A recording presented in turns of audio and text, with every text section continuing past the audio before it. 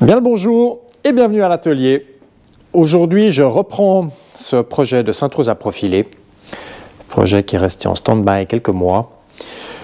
Et ça va être l'occasion pour moi de faire un peu d'usinage, puisque ces dernières vidéos que vous avez pu voir, donc c'était cette fameuse réparation de tourquerne. Tourquerne que je n'ai donc pas non plus encore utilisée depuis que j'ai terminé sa remise en état. Mais ça ne saurait tarder, il y aura aussi là sur la cintreuse des choses à réaliser sur celui-ci. Mais en ce qui concerne la vidéo du jour, ça va être sur la fraiseuse que ça va se passer. Et puis peut-être, je pense que c'est une bonne idée, là je vais vous rapprocher de la cintreuse, on va regarder de plus près où je m'étais arrêté, voir ce qu'il me reste à faire, et puis comprendre un peu ce que je vais réaliser aujourd'hui. Allez, on fait comme d'hab, je vous rapproche, et c'est parti.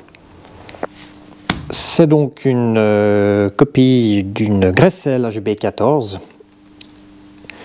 Je vous mets une image en superposition, ça vous expliquera peut-être, vous visualiserez mieux la finalité là, de la machine. Le travail du jour pour moi, ça va être de réaliser le tenon là, sur la partie qui réceptionne le mort coulissant. Et je dois déterminer correctement la hauteur ici, ou la profondeur d'usinage que je vais réaliser pour laisser le tenon apparent. La profondeur va devoir être inférieure au plateau ici, puisque le mort coulissant, lui, va devoir pouvoir passer par-dessus, donc il ne faut pas qu'il touche. Donc il y a 5/10 de jeu. Je vais donc regarder comment je vais réaliser ces mesures le plus facilement possible. De toute façon, oui, pour usiner la pièce, je vais devoir l'enlever là de mon plateau. Donc je crois que le plus simple, ça va être de se poser sur un marbre avec tout ceci pour aller prendre avec mon trusquin vertical les différentes dimensions afin de tracer ça un peu correctement et puis d'avoir des mesures. Allez, je démonte tout ça et on se retrouve sur le marbre.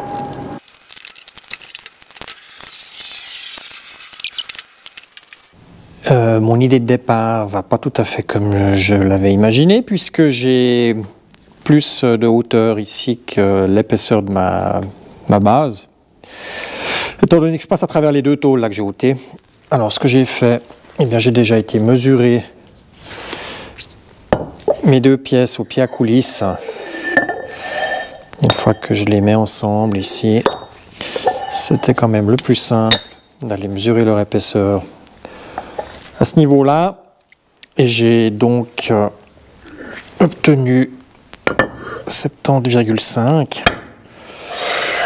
Ce que j'ai fait ensuite, j'ai pris mon trusquin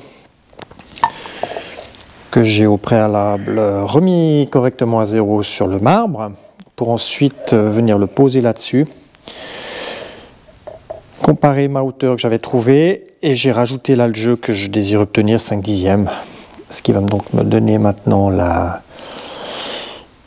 hauteur nécessaire pour que je puisse tracer ça.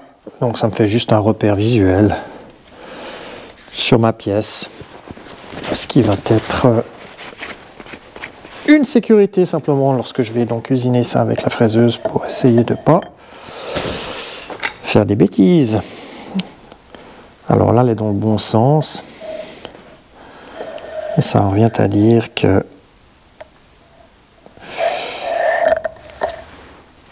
la hauteur de mon tenon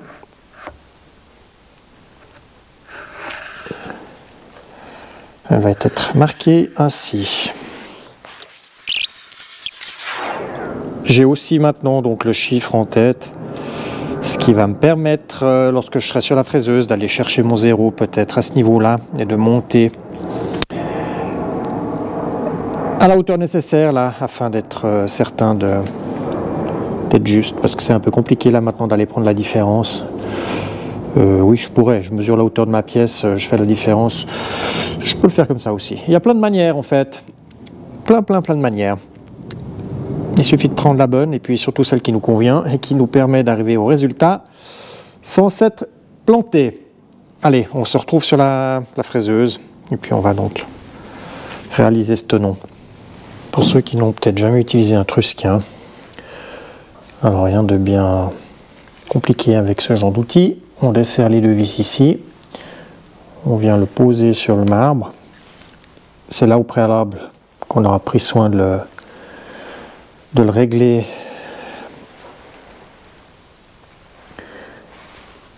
correctement. En fait ici la règle centrale, là où il y a les chiffres, elle coulisse sur à l'intérieur ici, donc elle peut donc monter et descendre. Donc on pose la pointe du trusquin sur le marbre et on fait coulisser donc la règle ici en actionnant en haut. On a deux vis ici à desserrer à l'arrière, ces deux-là, et après, avec cette molette, on peut faire coulisser cette règle en son centre, ce qui permet de régler correctement le zéro du trusquin. Alors, voilà, donc ce que j'avais fait au préalable, donc normalement, il n'y a pas de raison qu'il se dérègle, hein. Après, j'ai donc l'intention ici de tracer le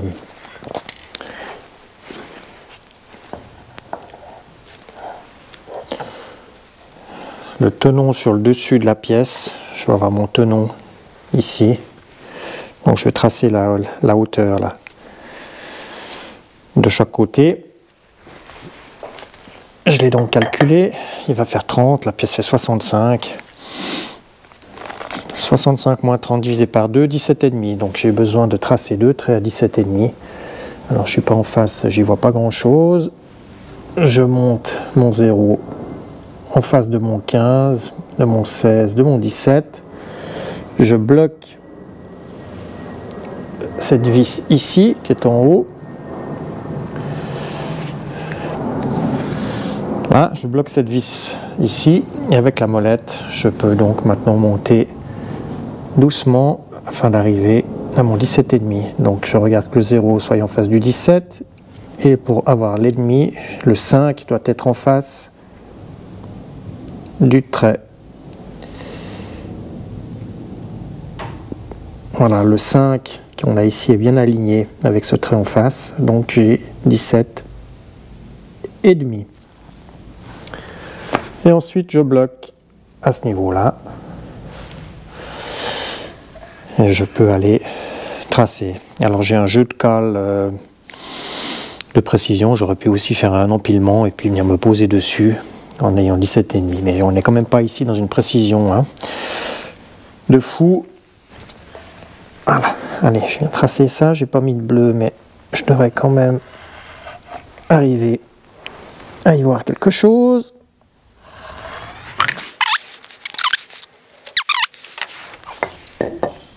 Je désire obtenir 30 mm, si je mets mes deux pointes sur mes traits, j'ai mon 30. On est bon. Je vais donc monter déjà ma fraise, ça sera une bonne idée. Je vais venir chercher mon 0 là sur le fond et je vais remonter à ma distance nécessaire. Et une fois que j'aurai atteint celle-ci, je mettrai mon affichage à 0 une deuxième fois. Et ça sera donc la distance à laquelle voilà, je devrais m'arrêter. Je vais faire cette passe ici, je pense, en deux fois. On va voir. Là, je vais monter une fraise que j'ai jamais utilisée. Une fraise que j'avais donc achetée à ce vendeur là qui était sur le net en Suisse, qui me vendait toujours des trucs super sympas à des prix en plus extrêmement corrects. Voilà, donc j'avais trouvé ça pour quelque chose comme 50 €, sauf erreur. Je dis, j'arrondis, hein.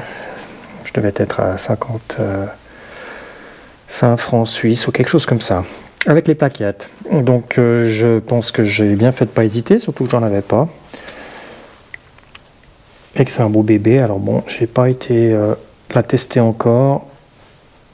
Là, je vois que j'ai une plaquette qui mériterait peut-être que je la tourne. On va voir comment elle réagit. Mais je vais déjà commencer par la monter. Allez.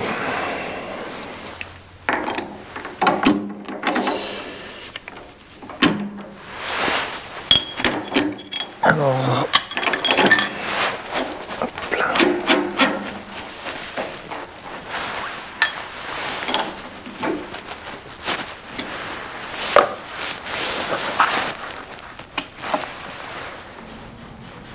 J'ai ma pièce là qui a pris la rouille là en une semaine. Étonnamment.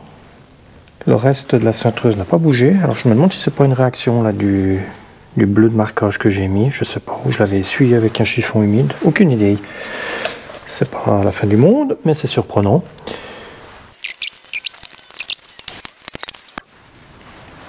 Alors, cette prise de zéro, comment est-ce que je vais procéder?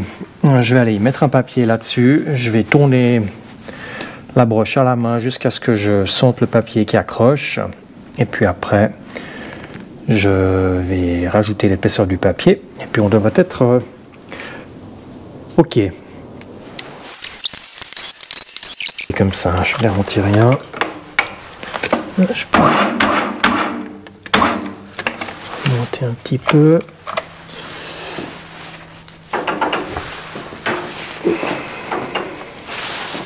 Autant que je sois dans une vitesse un peu rapide, je devrais pouvoir tourner la broche à la main. On se met à 1510, le max.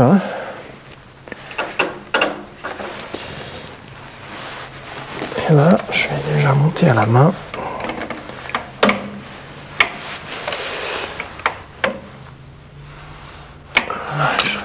Mal. Je pourrais aussi aller poser délicatement mes plaquettes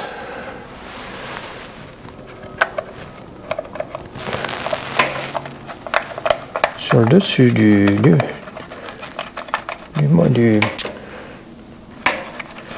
l'étau.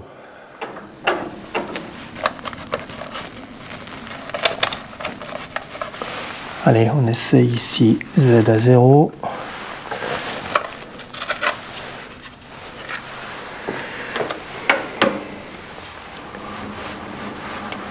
On descend. Je vais calculer un peu mes vitesses de coupe ici. Enfin, calculer, je calcule rien du tout. Je vais aller voir dans mon application. Et celle-ci va faire le calcul pour moi. Alors, où est-ce que je suis? Ici, Mectab, données de coupe, diamètre, elle fait 40, elle a 4 dents, vitesse de coupe, qu'est-ce qu'on va dire, plaquette en métal dur, je pense que je pourrais aller pas loin de 200, mais on va être beaucoup plus sage que ça, on va mettre 120 mètres minutes. Ce qui voudrait donc dire que je serais pratiquement à 1000 tours minute. Par contre, pour l'avance, j'ai pas trouvé sur ces vieilles boîtes de plaquettes quelque chose qui ressemble à ça, mais je pense que si je dis 0,06, ça ferait même beaucoup. Je serais à 230 mm minute. Ça me semble énorme. Donc je vais rester comme je fais d'hab, je vais aller gentiment en tâtonnant tout ça, commencer à 60 mm minute, et puis après je vais en augmentant. Démarrage. Je vais commencer à faire une vitesse de rotation là à 600 tours minute, 630, qu'est-ce qu'elle me dit là? 650, voilà, une fois que j'ai réussi à lire.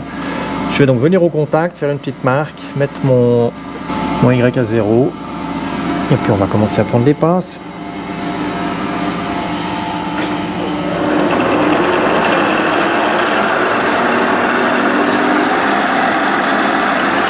Alors, Y0.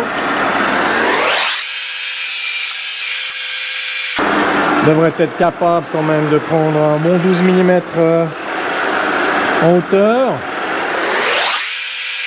et puis en profondeur sur le Y. On essaye à 5 mm. Vitesse d'avance, j'ai dit 60.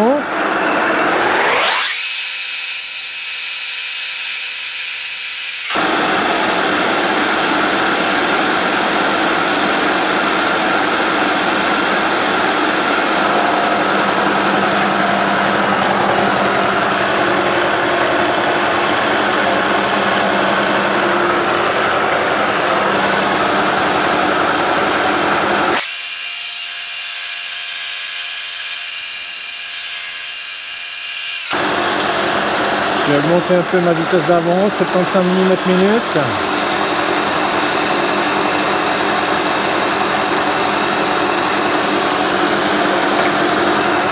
Mm.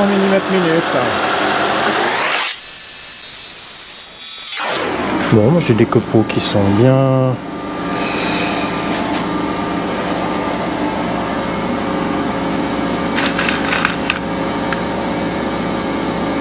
Qui se déroulent là, qui sont pas trop bleus, pas bleu du tout même.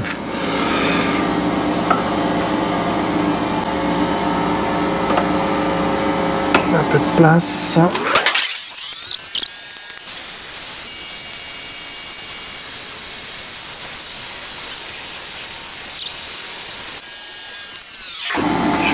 Je me complique encore une fois la tâche là. Disons que j'ai pas pris à mon avis la bonne combine là pour faire ma différence et arriver à ma profondeur.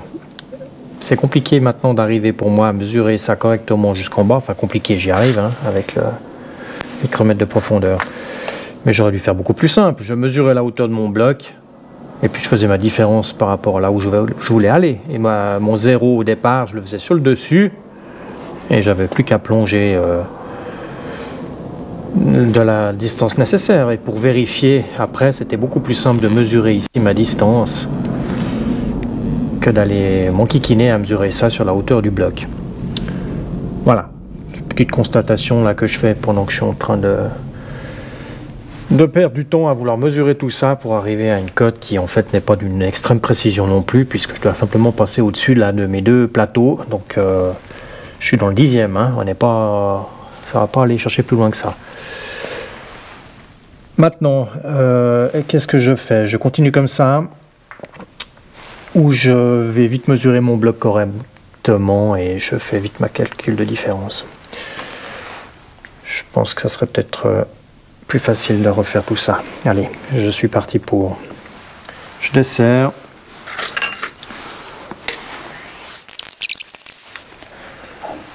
Allez, je vais aller mesurer ce bloc un peu comme il faut, là, avec mon pied à coulisse.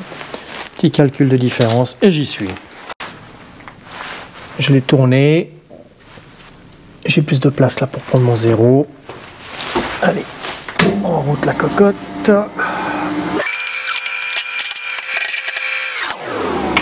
Je suis pas loin. Mes avances sont arrêtées.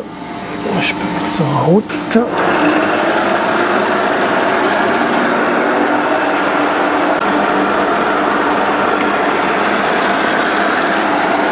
Cette fois-ci, le Z à 0.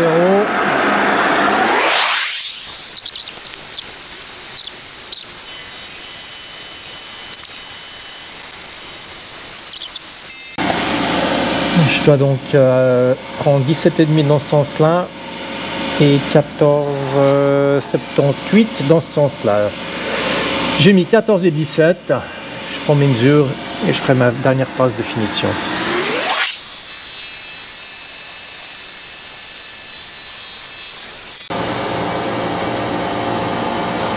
Alors là, il faut que je débarbe un petit peu le schmilblick. Parce que j'ai mon upgrade qui est là.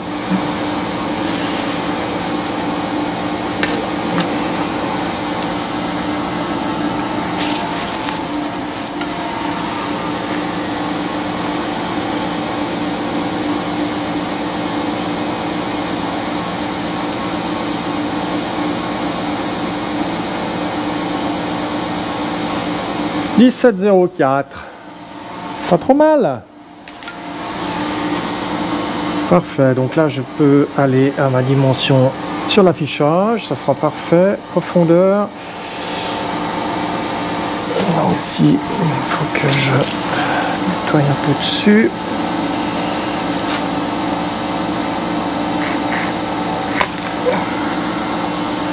Histoire de pouvoir y poser mon pied à coulisse. «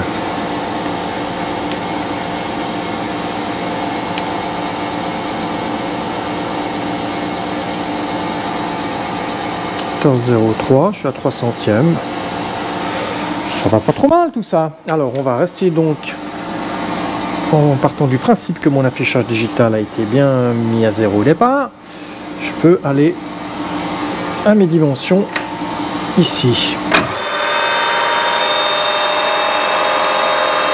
Je vais faire ma dernière passe en avalant pour avoir une meilleure finition. Je vais mettre mes dimensions correctes sur l'affichage, à savoir 17,5 sur le Y, blocage de celui-ci, et puis mon Z, je l'avais noté 14,78. Je suis à 14, 5, 6, 70. 8 et le blocage du Z. Allez, rebolote.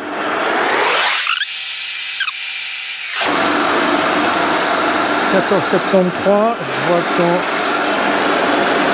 serrant mon Z, ça me l'a fait redescendre. Alors, 80.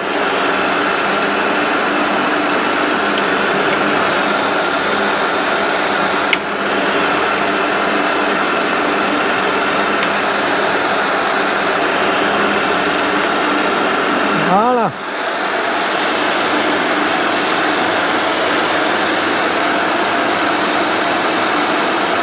Faudra peut-être que je contrôle, je sais pas s'il y a des lardons là. Ça devrait pas me changer la cote. Quand j'immobilise mon Z,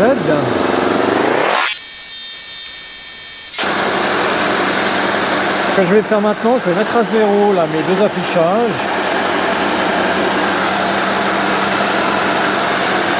Parce qu'après je vais retourner le bloc pour travailler l'autre côté.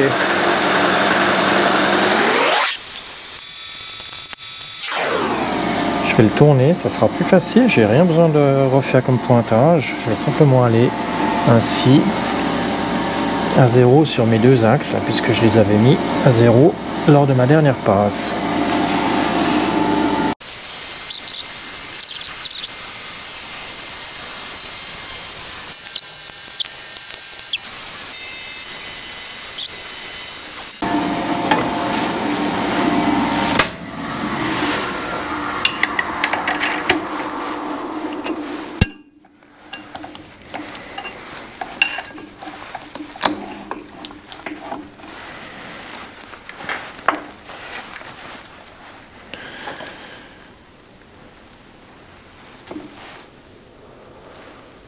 Le voilà, ce tenon.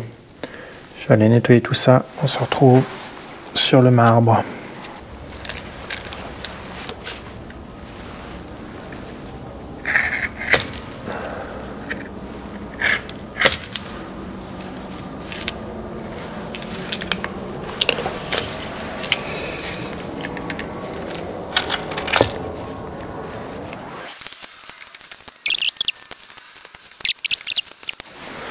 Voilà.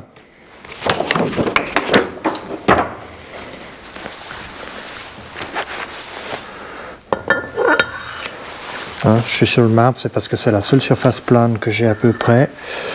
Je suis pas ici pour y prendre des mesures de fou non plus. Ce qu'on va juste regarder, c'est ça. C'est que lorsque je viens poser mon bloc ici, j'ai le petit plus au-dessus, et c'est tout ce dont j'avais besoin. Cette différence se monte à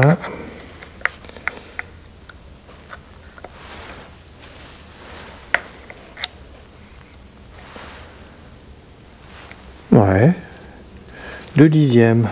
Bon, bah c'est toujours mieux ça que rien, mais je pensais que j'aurais plus que ça quand même.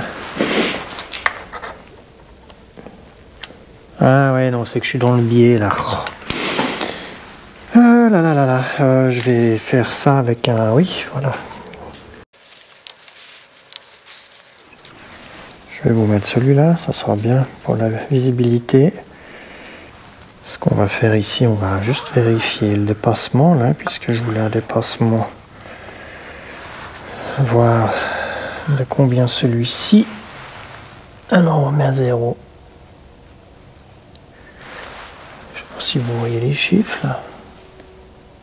Ouais, non, ça a l'air d'être visible. Et je viens grimper sur la base de mon tenon. 34 centièmes. Donc je suis plus haut, mais je pensais que je le serais un poil de plus. Mais c'est pas bien grave. Tout ce qui compte, c'est de passer par-dessus les deux disques qui sont là. Et c'est le cas. Donc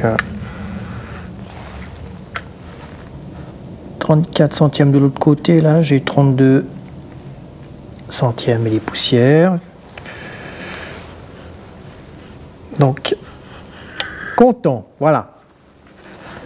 Là, vous voyez ce comparateur Made in China. Moi qui ai la vue qui baisse. C'est assez pratique, je dirais, ces gros chiffres. Donc, voilà, je vous mettrai le lien dans la description de la vidéo pour que vous puissiez aller jeter un œil si ça vous intéresse. On arrive à la fin de cette vidéo. L'étape suivante consistera à créer justement le mort coulissant là, qui va venir dessus. Donc ça pourra être la prochaine étape. J'en ai une autre aussi qui va devoir se faire sur la fraiseuse. Ça va être le gravage des degrés sur le plateau supérieur. Sur la périphérie ici, je vais avoir des degrés avec des petites gravures à effectuer. Il faudra que je fasse ça sur la fraiseuse aussi. Il y aura là le diviseur horizontal. Et je vais monter pour faire ceci, vu que j'ai une fraise qui est assez petite, la tête rapide là sur la Chaublin. Donc elle va me multiplier par 4 la vitesse de rotation de la machine. Ce qui me permettra peut-être de tourner vers 6000 tours minute pour faire ce gravage. Je vais voir, suivant mes disponibilités de temps, ce que je vais faire en premier. Mais dans tous les cas, il faudra de toute façon que tout soit fait. Donc voilà, on verra ça. D'ici là, je vous dis à tout bientôt. Allez, salut!